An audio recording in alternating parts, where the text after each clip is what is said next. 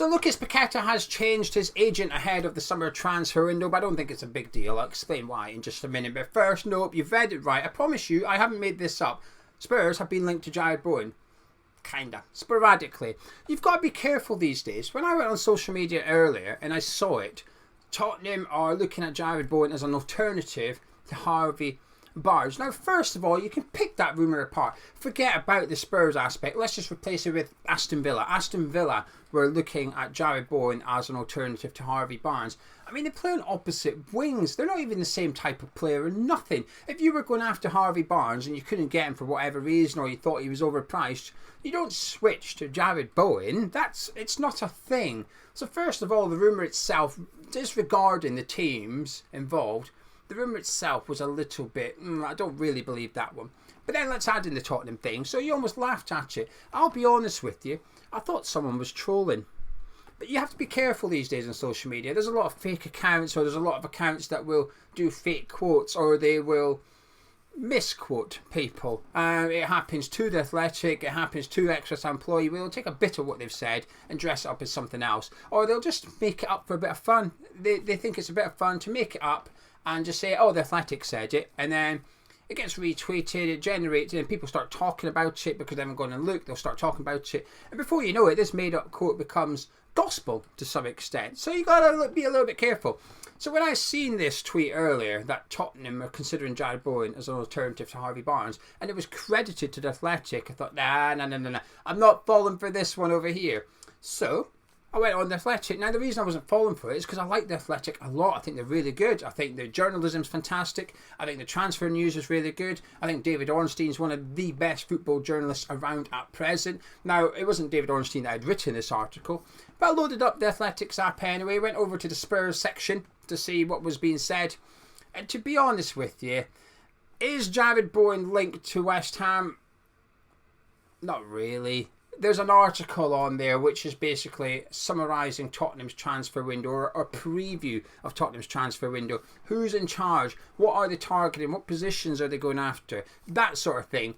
And within the article, they went through each position that Spurs will be targeting and threw a few names at it. It was a very, very general piece. It's one of them, let's just throw enough mud at the wall and hope some of it sticks. And then when it got to sort of the winger position, and it spoke about the likes of James Maddison and then Harvey Barnes, and it said, one alternative to Barnes is West Ham United's Jarrod Bowen, who is on the club's list of homegrown targets. There is, though, an acceptance that West Ham are unlikely to sell, especially given they're expected to be letting Captain Declan Rice go this summer. Bowen is another who has been on Spurs' radar for several years. I don't disbelieve that. I'd imagine when Jarrod Bowen was at Hull, Tottenham would have had an eye on him. Why wouldn't they? Why would Spurs, why would every club in the Premier League not have an eye on one of the best players in the Championship, who is a winger, scoring plenty goals and homegrown? Why would they not be looking at him? It doesn't mean they're still watching him now. It doesn't mean they still want him now. And I thought it was a very, very sporadic link to Jarrod Bowen in that article. So do Tottenham want him? I don't even believe they do. It's a nothing thing. But I genuinely thought I was being trolled earlier. But no, Jarrod Bowen has been linked to Spurs. I don't believe it for 1 second. But the reason I mention it is because it feeds into the Lucas Paqueta thing. Well, before we do that, in just a second, please make sure you subscribe to the channel. When I mentioned it at the start of the video last time, we see an increase of subscribers. Approximately 1/3 of people that watch our videos are not subscribed to Hammers Chat, so please sort that out. There's a big red button that says subscribe under your screen. It takes a few seconds to click it, and then you'll get all the videos that we do. Across both channels, we're covering every single bit of West Ham news, every single bit, well, actually, we're not even doing that. As I say, we're covering every transfer rumour. It's almost impossible. Gonzo's doing a better job than I am. I haven't even spoken about Flynn Downs, James Ward-Prowse, Zakaria. I can't keep up to some extent. Every time I go on, it's changed. I could go off for 2 hours and go back on. It's changed since I was previously on. Anyway, but stick around. We're doing our best. But the reason I talk about the Jarrod Bowen thing is because we would not sell Jarrod Bowen this transfer window to anyone. Forget Spurs. Forget them. Well, actually, what I was going to say about the Tottenham thing, and let's forget the rivalry thing for a second. Let's move Tottenham up to Liverpool. Let's move them up to the northwest of England. They're no longer rivals in that regard. Why would he go to Spurs? there's no European football. Postecoglou's gone in there. I think he's a top manager, but you don't know what that's going to look like. They've agreed a deal with Kulusevski now, so there's going to be less game time to be dished out. The Tottenham need a smaller squad, arguably, than last season. Why would Bowen go there and compete with Kulusevski? You just wouldn't. But anyway, the reason I bring up Bowen is because while yesterday I did this video about how I feel West Ham have been rubbish at selling players at the right time, and I stand by that. I think we're dreadful at cashing in on players at the right time.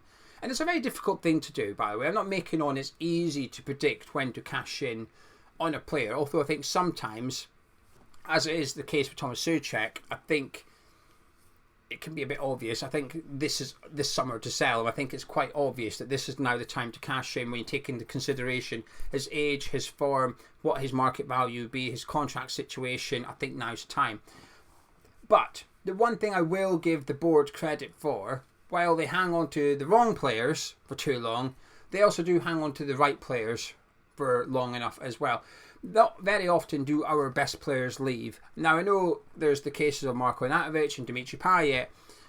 I find it hard to throw that one at the board, though, because I think there's a difference between losing a player or cashing in on a player because you go, actually, let's just say 50 million arrived for Jarrod Bowen today and we sold him. I think that's completely different to what happened with Payet and Arnautovic. That was two individuals kicking off, handing in transfer requests, enforcing West Ham's hand, essentially. We had to sell those two players.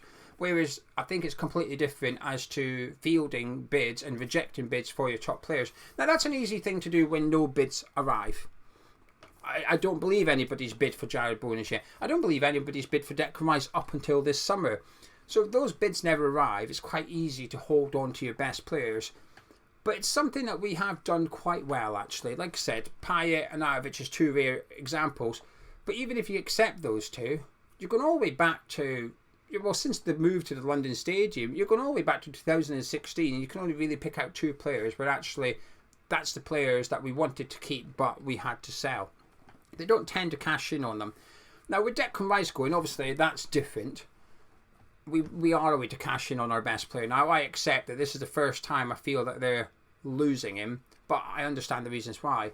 But because of that, I'm going to say there's no way in hell we sell Jarrod Bowen or Lucas Paqueta this summer, because as much as Sullivan frustrates me, and I'm not a big fan of David Sullivan, he's not stupid. And, well, some would debate that. But I don't think he would sell Declan Rice plus Bowen or Paqueta this summer. It would be suicide, and I think he knows it. And that's why I'm quite confident of retaining Jarrod Bowen. And then that's without even taking into consideration his family life away from the pitch. Just had twins with Danny Dyer. You'd imagine he's pretty settled. In fact, there's talk of us giving him a new contract, so I expect that to happen. And this is why I'm quite calm about Lucas Paqueta. Earlier on in the week, Lucas Paqueta was linked to Newcastle United. At the same time, the stories have come out that Lucas Paqueta has switched his agent prior to the summer transfer window. Now, I think what's important here is who used to be his agent, which is Soccer Brazil. And I guess where you're an upcoming Brazilian player, by the sounds of it, this is the agency that likes to try and hoover them all up. And by the sounds of it, Lucas Paqueta was their sort of star man, if you like. He was their highest profile player that they had on their books. Obviously, he's got his move to West Ham. They probably cashed in on that. I would hope and expect the reason for Lucas Paqueta switching agent is probably to access better commercial deals for himself as a brand, as Lucas Paqueta, the brand. Let's put it this way. A good football agent right now for Lucas Paqueta is probably on the phone to We Buy Any Car. Say, hang on a minute, I've got the perfect guy for an advert for you in the next couple of months, kind of thing. And it's something you see happen often. Players switching over to cash in on themselves as a brand deal. Maybe I'm being naive. Maybe he does want to leave West Ham. I struggle to believe it. There will be an element of ambition with Lucas Paqueta, I imagine, which is to play Champions League football. You hear about it all the times when players go away with their national teams and they're surrounded by players playing at a higher club competition, and they get a little bit, hey, come and join us, come and join this team, come and join this team. Jude Bellingham admitted he gets it all the time when he goes to England. They're all trying to get get him to come to their club. You'd expect the Liverpool lads to have been all over it for some time, but I wouldn't be surprised if Marcus Rashford was saying to him, hey, come to Man United, come on, come to Man United. It's happening now with Declan Rice. It's happening now with Declan Rice. Jack Grealish, I love Jack Grealish. I'm a little bit biased here. Now, for those that aren't on social media, on Twitter specifically, for quite a few years now, I don't even know where it originated from, there's been this sort of mutual respect between Man City fans and West Ham fans. It's probably just a social media thing, but I have to say, away from social media, I know a whole three Man City fans, and they quite like West Ham, and I don't mind Man City doing well, so maybe it's not a social media thing. But anyway, over the years, there's been a couple of memes and GIFs made up of combining the two badges, and it's Westchester City or whatever it's called. And it's a bit of a joke, and I take it for what it is. It's a light-hearted joke. Nobody's being serious. It's just a bit of fun. Maybe it goes too far sometimes, but it doesn't bother me. It's just a bit of fun. However, because of Man City being interested in Declan Rice, it sort of cropped up. It reared its head again. The joke came back. And West Ham Central tweeted like the GIF, I think it was, of the two badges colliding. It said Westchester City. And Jack Grealish liked it. And I thought, well, that's interesting. That's a bit of fun, isn't it?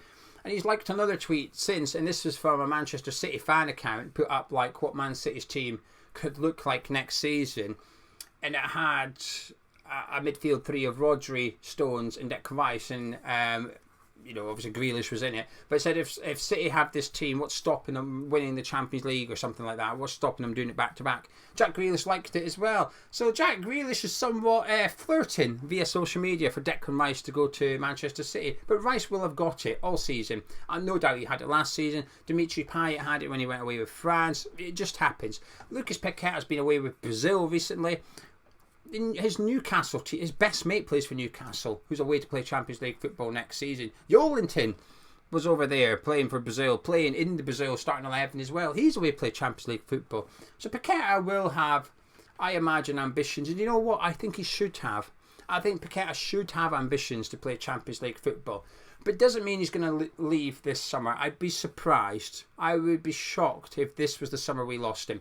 When he was linked to Newcastle, I took it with a pinch of salt, given that at the exact same time, Newcastle were in advanced negotiations with Milan for Tonali. And I thought, well, this is a convenient link, isn't it? Hey, Milan, another midfielder here. Different players, completely different players. But I'd be shocked if Newcastle's interest in Lucas Paqueta had any sort of integrity to it whatsoever. I'm very calm about some things this transfer window, not everything. I'm very nervous about the incomings. I will get excited should we recruit Tim Steidten. I will then immediately get nervous about responsibility and money given to Tim Steidten. Can he actually do what he's supposed to do? That I'll get nervous about.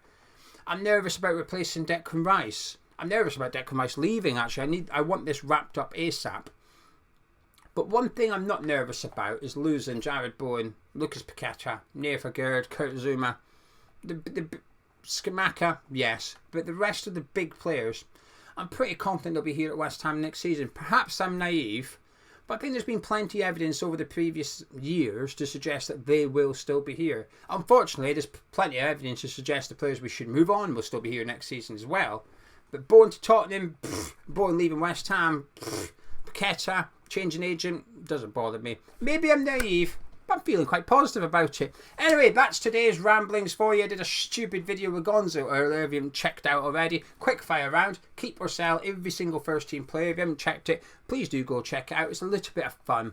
I know I've just done a transfer rumour show, kind of, but I just wanted to get away from transfer rumours for a bit, get away from the Declan Rice stuff for a bit, and just a little bit of fun. It'll be on your screen in just a minute. But anyway, drop a like on the video if you've enjoyed it. Subscribe if you're around here. Catch you in a bit.